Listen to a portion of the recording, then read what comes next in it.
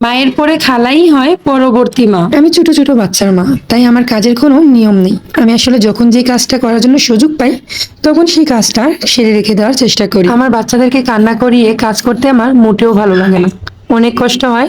আর যখন ওদেরকে নিয়ে কাজ করি আর ওরা কান্না করে, পাশাপাশি কিন্তু অনেক রাগও হয়। তাই আমার জন্য সব থেকে বেশি বেস্ট এবং সুন্দর সলিউশন হলো রাতের কাজ।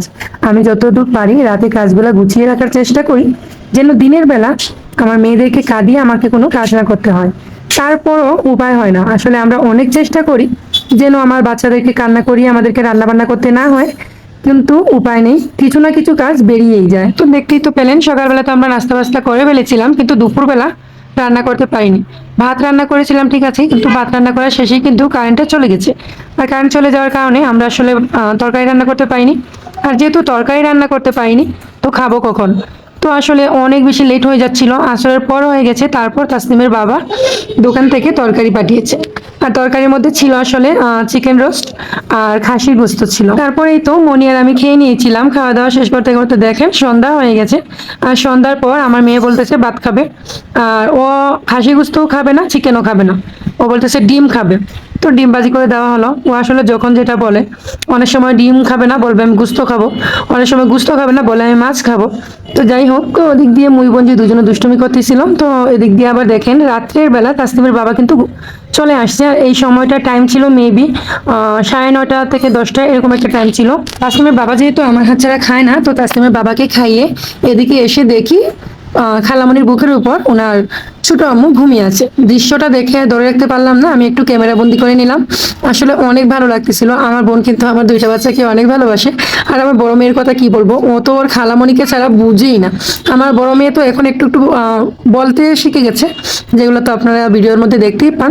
ও আমাকে বলে কি জানেন, বলে মনি আম্মু, খালামণি আম্মু। আমাকে বলে তুমি আম্মু আর খালামণি আম্মু, মানে ওর কথা বোঝাতে চায় যে খালামণিও ওর আম্মু হয়। তো আসলে আমরা ছোটবেলা থেকে শুনে আসছি মায়ের পর খালাই হয়েছে পরবর্তী মা। তো আলহামদুলিল্লাহ আমার বোন কিন্তু আমার মেয়েকে অনেক ভালোবাসে, আর আমার মেয়েও আলহামদুলিল্লাহ সেরকম একজন খালামণিও পেয়েছে। তবে দুর্ভাগ্যবশত আমাদের কপালে কিন্তু সেই সুখটা আর সয়নি, আমরা সেরকম কোনো খালামণি পাইনি। আমার একজন খালা আছে, তবে এরকম কোনো কিছু পাইনি। যাই হোক, বাচ্চাদেরকে ঘুম পাড়িয়ে চলে আসলাম এখানে একটু রান্নাবান্না করার জন্য। যেহেতু ভিডিও শুরুতেই বললাম আপনাদের, যেহেতু আমি ছোট বাচ্চার মা, যাতে পরের দিনের সকালটা আমার জন্য একটু সুন্দর হয়, যার কারণে আমি রাত্রের বেলা রান্নাগুলো গুছিয়ে রাখার জন্য ভাবলাম। তো এখন থেকে চেষ্টা করবো এরকমই করার, কেননা বাচ্চাদেরকে কান্না করিয়ে না কাজ করতে একদমই ভালো লাগে না, কষ্ট হয়, পাশাপাশি বাচ্চাদের উপর অনেক রাগও হয়। আমার এত আদরের এত ভালোবাসার বাচ্চাদের উপর রাগ করতেও ভালো লাগে না। আর যখন ওরা ডিস্টার্ব করে বা ওদের জন্য কিছু করতে পারি না, বাধ্য হয়ে না রাগটা উঠেই যায়, আর অনেক বেশি রুড বিহেভ করি, যেটা পরবর্তীতে আবার নিজেই কান্না করি। তো যাই হোক, এই যে দেখতে পাচ্ছেন আমি নান রুটি দিয়ে এখানে আসলে একটু চা খেয়ে নিচ্ছিলাম। নর্মালি আমি চা প্রেমী না, এমনিতে মাঝে মধ্যে টুস্ট বিস্কুট কিংবা নান রুটি এগুলো দিয়ে আমার চা খেতে ভালো লাগে, বা এমনিতে যে পরোটা হয় এগুলো দিয়ে আমি চা খেতে অনেক বেশি পছন্দ করি। তো নান রুটি আনাতে আমি নান রুটি দিয়ে একটু চা খাচ্ছিলাম, আর ডিম দিয়ে নান রুটি দিয়ে তাসলিমের বাবাকে দিয়ে দিছি। মনি বলছে ভাত খাবে না, যার কারণে ভাতই আর রান্না করিনি। কারেন্ট ছিল না, এই জন্য সকাল সকাল রান্না করা হয়নি, একটু রাত হয়ে গিয়েছে। তখন মনিকে জিজ্ঞেস করলাম, মনি বলে যে না আমি খাবো না, আমি ঘুমিয়ে থাকবো। তো তাসলিমের বাবাও বলতেছে ঠিক আছে তাহলে আর রান্না করতে হবে না, আমি লুটি দিয়ে একটা ডিম ভেজে দাও, লুটি দিয়ে আমি ডিম খেয়ে নিবো, আর তুমি তুমি কি করবা? তো আমি বললাম যে না আমিও খাবো না, আমিও একটু চা দিয়ে না লুটি খেয়ে নিবো, আমার এত বেশি খিদা নেই।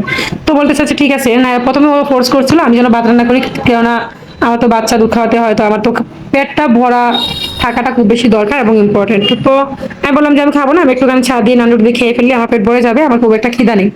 তখন ও বললো আচ্ছা ঠিক আছে তাহলে তাই করা হোক। তো এই তো ওকে নান রুটি দিয়ে ডিম দিয়ে দিয়ে দিলাম, আর আমি নান রুটি দিয়ে চা খেয়ে নিলাম। তারপর ওকে এগুলা দিয়ে আমি এখানে এসে আমার মূল কাজে লেগে পড়েছি। আর মূল কাজটাকে সেটা দেখতেই পাচ্ছেন, আজকে আসলে ভাবতেছি রাতে আমি সব রান্না বান্না করে রেখে দিব, যেন সকালবেলা আমার বাচ্চাদেরকে নিয়ে কোনো ঝামেলা বা কোনো মানে ওদেরকে কাঁদিয়ে কোনো কাজ না করতে হয়। তো এই তো এখানে আমি ঝিঙ্গা, তাসনিমের বাবা ঝিঙ্গা নিয়ে আসছিল, তো ঝিঙ্গা কেটে নিয়েছি। আমি এখানে আসলে আজকে একটু শুটকি মানে শীতল দিয়ে ঝুল রান্না করব। তো আমাদের এখানে হিদলের ঝুল বলে, তো আমাদের গ্রামের ভাষায় শীতল না বলে এটাকে হিদল বলে। তো যাই হোক, কোনো দেশের গালি আর কোনো দেশের বুলি। তো এই তো আমি আলু এবং ঝিঙ্গা ঝিঙ্গা তো কেটে নিয়েছি, আলুটাও কেটে নিচ্ছি, মানে 2-3টা আলু দিব, তাছাড়া বাবা আলু খায় না। তো পেঁপে পাঠিয়েছিল না আম্মু, আপনারা তো মনে করেন আগের ভিডিওতে দেখেছেন পেঁপে আমার আম্মু বাড়ি থেকে পাঠিয়েছিল, এই পেঁপেগুলো কিন্তু পেকে গেছে। ঠিক আছে, তো যাই হোক, খুব বেশি নরম হয় নাই, আমি ভাবছিলাম আমি সবজি খাওয়ার জন্য আনিয়েছি, তো এগুলো আসলে একটু বাড়তি, তো যার কারণে এগুলো পেকে গেছে।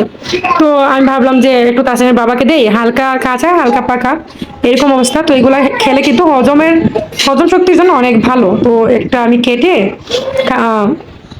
খোসা ছাড়িয়ে মনিকে দিলাম যে এটা একটু ধুয়ে তোর ভাইয়াকে দিয়ে তোর ভাইয়া খাক, কেননা ওর জন্য এটা ভালো হবে।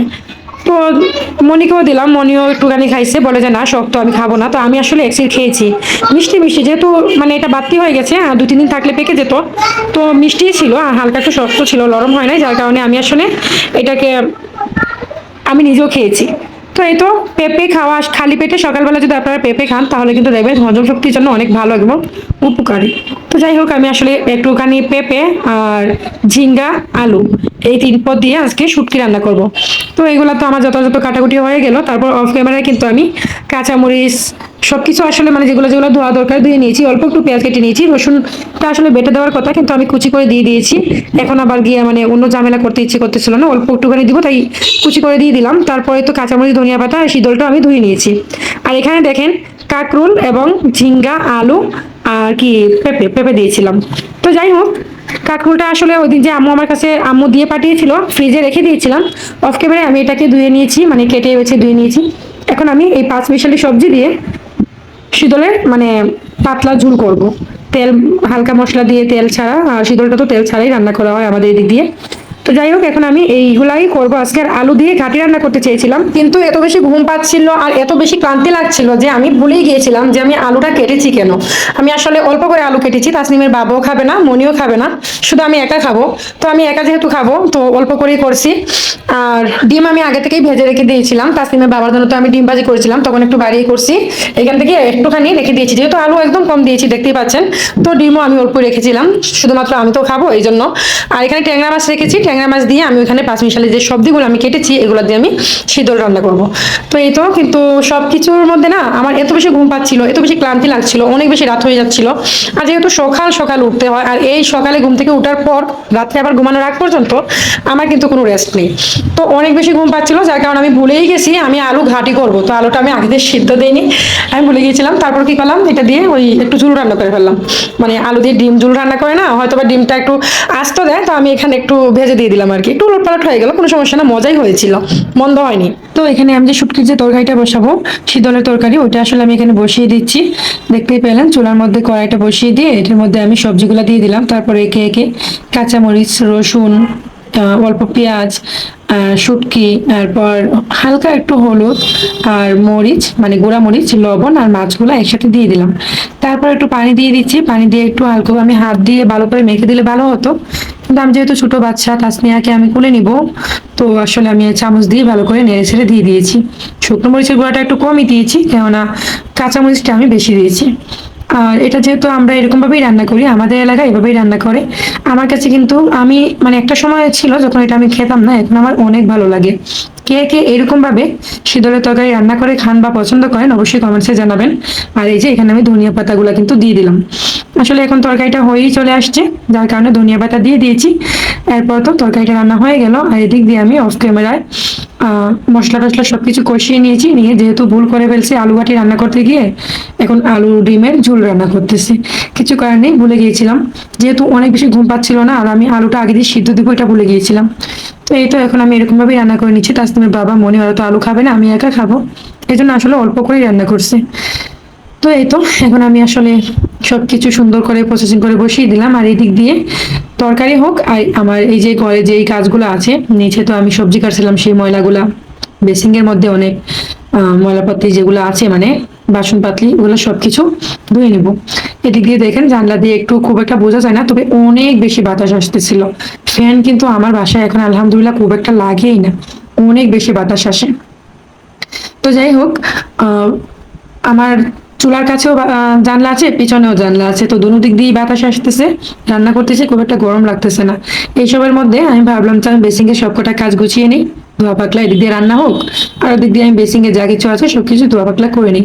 কেননা দুটো বাচ্চাই ঘুমিয়ে আছে, আমি এর মধ্যে যদি কাজগুলো গুছিয়ে নিই তাহলে কিন্তু সকালে ওদেরকে নিয়ে মানে ওদেরকে কাঁদিয়ে বা ওদেরকে নিয়ে পেড়া করে আমার কোনো কাজ করতে হবে না। খুব বেশি জিনিসপত্র নেই, অল্প। তারপর অনেক সময় দেখবেন একটা বাচ্চাকে রেখে ওরা যখন খুব বেশি কান্না করে আপনাকে কোনো কাজ করতে দেয় না, তখন সেই বাচ্চাটাকে রেখে সামান্য পানি খাওয়াটাও কিন্তু একটা যুদ্ধময় হয়ে যায়। জানি না অন্যদের বিষয়ে মানে অন্যদের ক্ষেত্রে কিরকম হয়, আমার ক্ষেত্রে তো এরকমই হয়। আমি আমার বাচ্চাদেরকে রেখে খুব একটা কিছু করতে পারি না। তবে হ্যাঁ, আমার তাসনিম কিন্তু এত বেশি জ্বালাতো না, তাসনিম একটু বেশি দুষ্টু করতেছে। তবে ইনশাআল্লাহ মাশাআল্লাহ আমার মেয়েটা কিন্তু আস্তে আস্তে সবকিছু মানে একটু কন্ট্রোলে আসতেছে, যেহেতু মানে ডে বাই ডে ও একটুখানি আপডেট হচ্ছে, একটু বড় হচ্ছে, ওর সবকিছুই গ্রোথনেস সবকিছু মিলেমিশে একটু একটু চেঞ্জ হচ্ছে। তো সবাই দোয়া করবেন আমার দুইটা মেয়ের জন্যই, ওরা যেন ভালো থাকে সুস্থ থাকে, আল্লাহ যেন ওদেরকে নেক হায়াত দান করে এবং ওরা যেন একজন মানুষের মতো মানুষ হয়ে বড় হতে পারে। ওর বাবার অনেক স্বপ্ন ওনার মেয়েকে আসলে মেয়েদেরকে মানুষের মতো মানুষ করে গড়ে তুলবে, মাদ্রাসায় পড়াবে। জানি না শেষ পর্যন্ত কতটুকু করতে পারবো, কিভাবে হবে না হবে আসলে এখন পর্যন্ত জানি না। তবে ইনশাআল্লাহ ওর বাবার ইচ্ছা যেন ওরা মানে আল্লাহ যেন ওর বাবার ইচ্ছা পূরণ করায়, ওরাও যেন ওদের বাবার স্বপ্নটা পূরণ করতে পারে। তো যাই হোক, কথা বলতে বলতে কিন্তু অনেক কথা বলে ফেলতেছি। আর এখানে আমি সব কটা হাঁড়ি পাতলও ধুয়ে নিচ্ছি। এখানে একটা প্লেট দেখলেন, এটা কিন্তু সিলেটের একটা প্লেট। এই প্লেটটা আমার একটা স্মৃতি বলা যেতে পারে। আমার আব্বু যখন অসুস্থ হয়, সিলেটে যখন ক্লিনিকটার নাম আমার মনে নেই, সেই ক্লিনিকে এই প্লেটটা দেওয়া হয়েছিল আমার আব্বুকে যখন মানে অ্যাডমিট করা হয় ওখানে। তো যাই হোক, সবকিছু আমি সুন্দর করে ধোয়া পাকলা করে নিলাম, ক্লিন করে নিলাম। এদিক দিয়ে চুলা রান্না বান্না তো শেষ। চুলাটা ভালো করে আসলে এরকম ভাবে কারেন্টের চুলা না, এটার মধ্যে না যে কোনো কিছু পড়লে পুড়ে যায়। তো ভালো করে সাবান দিয়ে সুন্দর করে এটাকে ধুয়ে নিচ্ছিলাম এবং চুলার আশেপাশটা তেল ছিটকে যে পড়ছে সেগুলো সুন্দর করে আমি একটু ক্লিন করে নেওয়ার চেষ্টা করছিলাম। আসলে বাচ্চাদেরকে নিয়ে যতটুকু পারি ততটুকু চেষ্টা করি, বাকিটা আমার মতো যারা ছোট বাচ্চার মা আছেন তারা নিশ্চয়ই বুঝবেন। তো এই তো দেখতেই পাচ্ছেন রান্না বান্না শেষ, রান্নাঘর গোছানো শেষ, সবকিছু মিলেমিশে নিচের কিন্তু ময়লাটা রয়ে গেল। তো এটা আমি অফ ক্যামেরায় ক্লিন করে নিয়েছি। এবার আপনাদের সবার সাথে একটা কথা শেয়ার করি। আমি না চেয়েছিলাম প্রত্যেকটা ভিডিওতে আপনাদের সবার কমেন্টস গুলা একে একে পড়বো, তো আমার না দেখতেছি আমার হয়ে ওঠে না। আমি অনেক সময় ভিডিও রিলেটেড কথাই এমন ভাবে আমি বগর বগর করতেই থাকি, বগর বগর করতেই থাকি, পরবর্তীতে দেখা যায় যে কমেন্টস যে পড়বো সেই স্পেসটা আমি খুব একটা করে করতে পারি না, ম্যানেজ করতে পারি না। কমেন্টস পড়তে গেলে দেখা যায় ভিডিও রিলেটেড কথা কিছু বলতে পারতেছি না। তো যাই হোক, আমি এখন একটু ডিসাইড করলাম যে সপ্তাহে একদিন আমি একটা ভিডিওর মধ্যে সব আপুদের কমেন্টসই শুধু পড়বো। তবে এরকম করে প্রত্যেক দিন একটা প্রত্যেক সপ্তাহে একটা ভিডিওর মধ্যে আমার প্রত্যেকটা কলিজার আপুদের কমেন্টস আমি এখন থেকে পড়ার চেষ্টা করব। তো সবাই ভালো থাকবেন, সুস্থ থাকবেন আর আমার পরিবারের জন্য দোয়া করবেন। আজকের ভিডিওটা এখানে শেষ করছি। আসসালামু আলাইকুম।